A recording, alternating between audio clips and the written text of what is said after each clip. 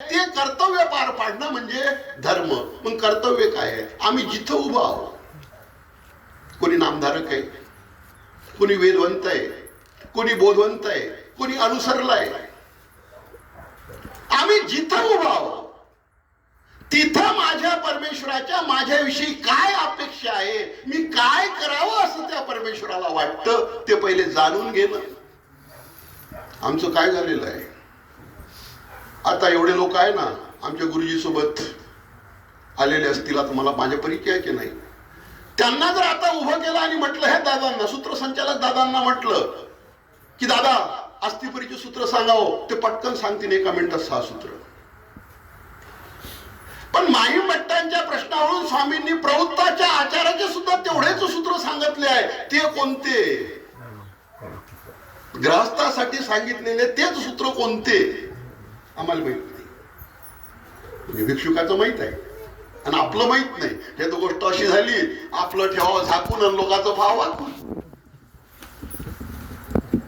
आपण जिथं उभा आहो, आपण नामधारक आहो, मग आपली अस्थिपरी काय आहे?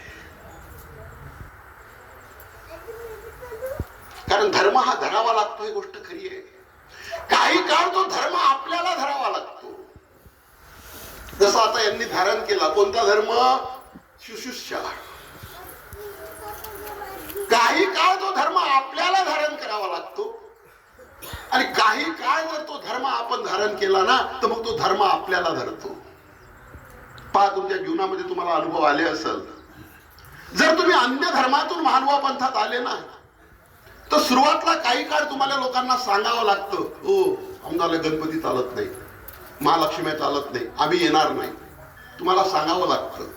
आणि जर तुम्ही ऍडजस्टमेंट केलीच नाही 2-4 वर्ष, कोणी किती श्रीमंत नातेवाईक हो, किती श्रीमंत मित्र हो, जर तुम्ही ऍडजस्टमेंट केली नाही, नाही म्हणजे नाही, गरीबाचं आमंत्रण असो की श्रीमंताचं असो, तर 2-4 वर्षांना तुमच्या प्रत्ययाला येतं. तुमचे नातेवाईक तुम्हाला सांगते, आमच्याकडे फार चांगला महालक्ष्मीचा कार्यक्रम झाला हो, तुमची आठवणही आली होती, तुम्हाला बोलवत होतो, पण तुम्ही मानभाव तुम्हाला चालत नाही का नाही, म्हणून आम्ही तुम्हाला बोलावलं.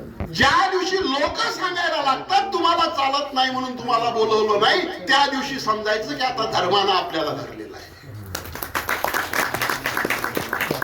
जोपर्यंत आपल्याला सांगावं लागतं तोपर्यंत आपल्याला धर्माला धरावं लागतं. ज्या दिवशी लोक सांगायला लागतात की तुम्हाला चालत नाही म्हणून तुम्हाला बोलवलं नाही, त्या दिवशी समजायचं धर्मानं आपल्याला धरलेलं.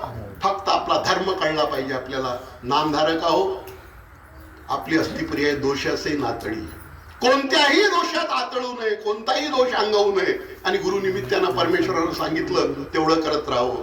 नामधारकाच्या अस्थिपरीचा हिरा भेटतो वेद. वेदवंताची जी अस्थिपरी आहे ती आहे आवडीसी करी.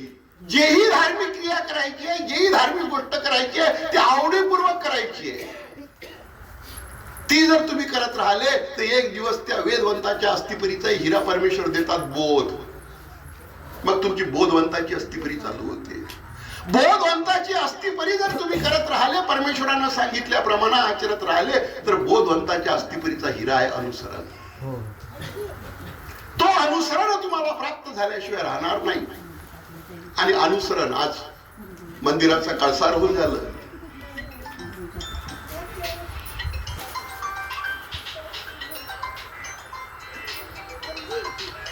जोपर्यंत कोणत्याही मंदिरावर कळस चढत नाही तोपर्यंत मंदिर जसं परिपूर्ण होत नाही ना, तोपर्यंत जोपर्यंत कोणताही परमेश्वराला अनुसरलेला साधक असो, त्याच्या जीवनामध्ये अस्थिपरीच्या आचाराचा कळस चढत नाही, तोपर्यंत त्याच्या जीवनाची धार्मिक दृष्ट्या परिपूर्तता होत नाही. आणि त्याच दृष्टीनं विचार करत आमचे गुरुजी पावलं टाकत आहेत. परमेश्वर त्यांना बळ देव. आणि शेवटी 4 मिनिट माझ्याकडे उरले आहेत, त्या 4 मिनिटात एवढंच सांगतो की धर्म म्हणजे कर्तव्य. कर्तव्य काय आहे तर मी जिथं उभा आहो तिथं माझ्या देवानं मला काय करायला सांगितलं ते जाणून घेऊन ते करणे हे आमचं कर्तव्य आहे. धर्म म्हणजे नियम. काय नियम आहे? जेही करायचं आहे ते ज्ञानातून करायचं आहे, अज्ञानातून नाही. आणि धर्म म्हणजे अट. काय अट आहे की हा परमेश्वरी धर्म एकनिष्ठ असला पाहिजे. वरच्या दोन गोष्टी कमी झाल्या तरी चालेल, थोडासा आचार कमी झाला तर चालेल, थोडस ज्ञान कमी असलं तरी चालेल, पण एकनिष्ठतेत मात्र ऍडजस्टमेंट करता येणार. ते एकनिष्ठ जर त्या परमेश्वरासोबत तुम्ही असले तर तुमचं धर्मामध्ये पुढं पुढं पुढं पुढं प्रगती झाल्याशिवाय राहणार नाही. आणि दुसरी, इथं सगळे विद्वान बसलेले आहेत, पण माझं एक छोटस अल्पस मत असं आहे की आजचा हा तरुण जो धर्मापासून थोडा लांब जातोय ना,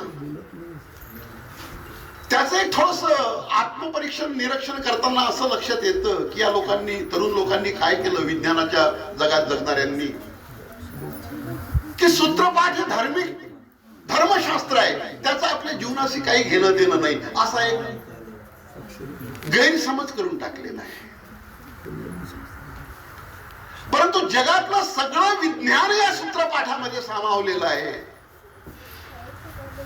सगळं विज्ञान, या पृथ्वीच्या निर्मितीच्या ज्या 5 थेअरी आहेत विज्ञानानं मांडलेल्या, black hole theory, John Michael, Stephen Hawkins, quantum mechanics, पृथ्वी कशी निर्माण झाली या लोकांनी ज्या थेअरी मांडल्या त्याला जगमान्यता भेटली, पण त्या कशा अपूर्ण आहे आणि ब्रह्मविद्येत त्याच थेअरी 800 वर्षापासून कशा परिपूर्ण आहे हे ज्यावेळेस तुम्ही या तरुणाच्या पुढे मांडाल त्यावेळेस त्याचे डोळे उघडण का हा सूत्रपाठ फक्त धर्मशास्त्र नाही तर जगातलं सगळ्यात प्रगत विज्ञान आहे. ते विज्ञान आम्ही लोकांसमोर आणलं पाहिजे. आणि कसं आहे, कोण्याही सभेत जा ना, आता इथं तरी 1-2 पोरं दिसून राहिले मला तरुण, नाही तर सगळे म्हातारेच असते. 60 पार. एका सभेत विचारलं, का हो तुमच्या गावात कोणी पोरं आहेच नाही काय, काही तरुण पोरं? ते लोक काय म्हणते, मोठे हुशार लोक, हिंदी साइडर बात, आपके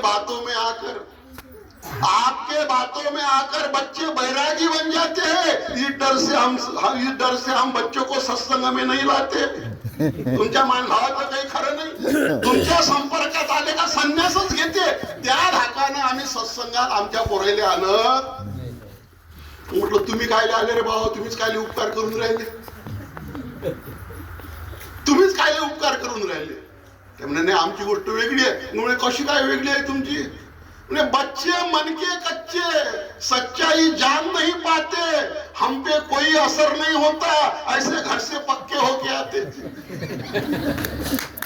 काही असर नाही होत आमच्यावर, आम्ही पक्के होऊन येतो. पण त्यासाठी पक्के होऊ नका. तुमचा संसार अर्ध्यावर सोडा, लेकर बाय अर्ध्यावर सोडा, ह्या दीक्षा ते सांगणारा मानभाव मी तरी नाही. शेवटचा मिनिट माझ्या अंतरातलं बोलतो.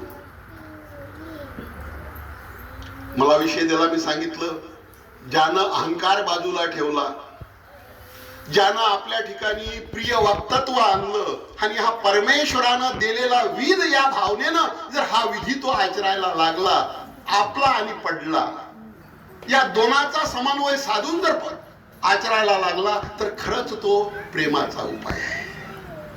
तो एक दिवशी आहे. पण एखाद्या श्रीमंतानं म्हटलं का मी बॅगेत 50 लाख रुपये टाकून अशक्ताची सेवा करायला निघालेलो आहो, पण परमेश्वर जोपर्यंत विध प्राप्त करून देणार नाही तो पैशाने विकत भेटणारा विध नाहीये.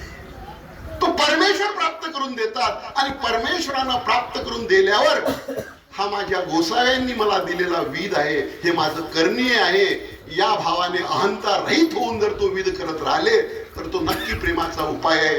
परमेश्वर आपलं पसायदान त्यांना दिल्याशिवाय राहणार नाही, हा आमचा ठाम विश्वास आहे.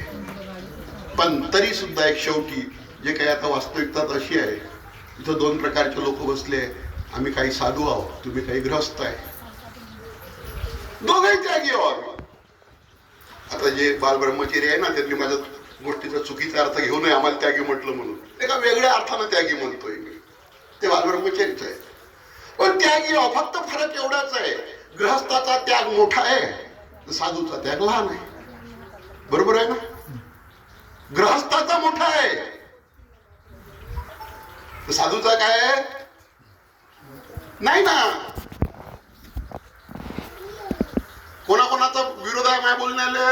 मी म्हणतो गृहस्थाचा त्याग मोठा आहे, जो संसारात आहे त्याचा त्याग मोठा आहे, आणि ज्यानं परमेश्वरासाठी संन्यास घेतला त्याचा त्याग लहान आहे असं मी म्हणतोय. याला विरोध कोणाकोणाचा आहे? हे बोलणं कोणाकोणाला नाही पटलं हातवरती करा.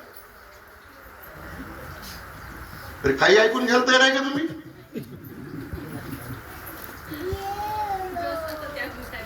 कोणाचा? ग्रस्ताचा आहे ना. यांना पटलं आहे का? सगळे जण सहमत आहे का यांच्या बोलाले?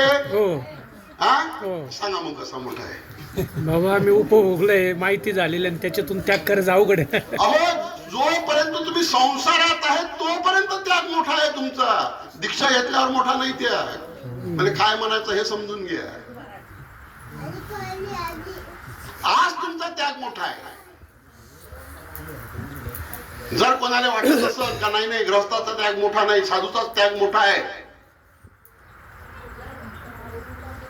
आणि त्याला जर इथंच 2 मिनिटात समजून